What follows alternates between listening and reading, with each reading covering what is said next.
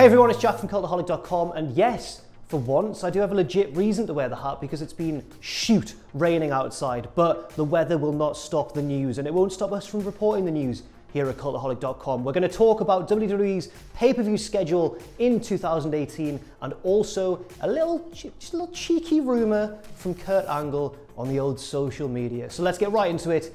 This is the news, and don't forget, of course, to join us. Yes, according to a report by PW Insider, WWE's schedule for the 2018 run of pay-per-views has been leaked or been released to them via their own sources. There are 14, I've done 4 there, there are 14 pay-per-views planned for next year, 5 double-branded pay-per-views or like co-brand pay-per-views, 5 from Raw, and only 4 from SmackDown, which I found a little bit strange. But the big story here is the status of Money in the Bank.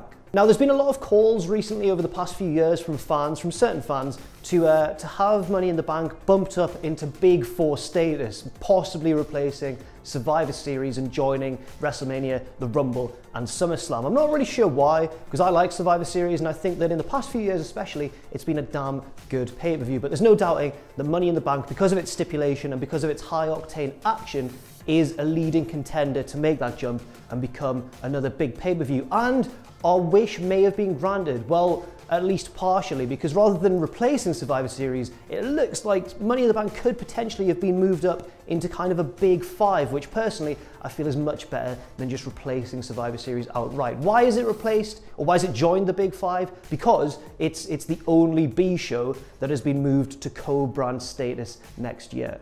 So yes, Money in the Bank, unlike this year where it was a SmackDown exclusive pay-per-view, will feature superstars from both Raw and SmackDown, potentially 2 ladder matches, potentially 2 briefcases, and also, crucially, it will be held in Chicago, Illinois. Why is that important? I'm sure you know the answer, because of course in 2011, that is where CM Punk infamously beat John Cena and then just walked out, left through the crowd and that. And Vince was all cross and he blew a little kiss at him. Punk blew a kiss to Vince, not the other, that would have been weird.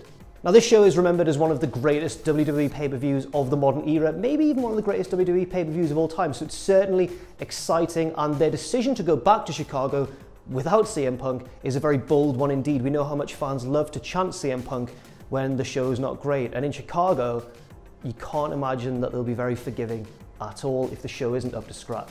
I'll just round off this news item with a full list of the reported pay-per-views for next year. The Royal Rumble, of course, co-branded. Elimination Chamber will be a Raw exclusive in February.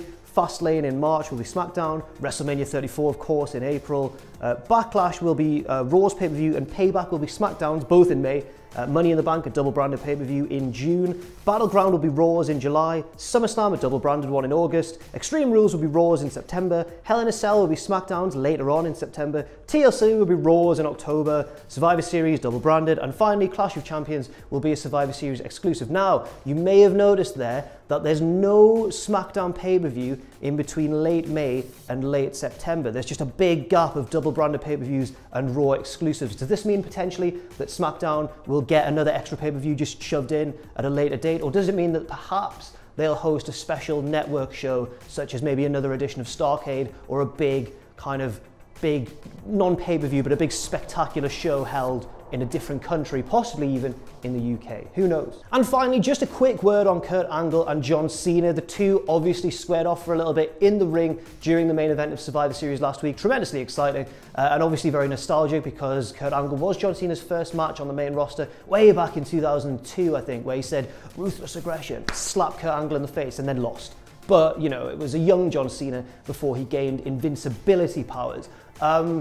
Yeah, Kurt Angle has since been a bit of a cheeky boy on Twitter. He responded to a tweet from WWE saying, you know, they faced off at Survivor Series 2, the greatest, will we ever see them again, or something like that. I think he was quoting a commentary line from one of the announcers at the show, and he just put, maybe, or we'll see. Now, that seems to be Kurt acting independently, but if he's been briefed to do that, very exciting, of course.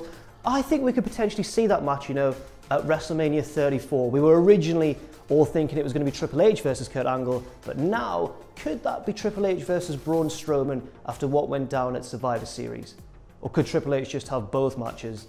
You know, Strowman at the Rumble, Cena at Mania, and Kurt Angle at Mania, sorry, and Cena's just left in the dark. Who knows? That's all for now. Thank you very much for watching this news update. I have been Jack, the Jobber from Cultaholic.com. Do not forget to check out our Patreon if you can. We'd love that. There's a series of tiered rewards and you can become a patron, especially because YouTube keeps on demonetizing our video. It's all right. We're not mad. We're not mad. It's okay. It's fine, YouTube. It's fine. It's fine. I don't want to talk. It's fine. Follow me on Twitter at Jack the Jobber. Follow all of us at Cultaholic. Go on Instagram and follow us at We Are Cultaholic if you want. And don't forget to join us.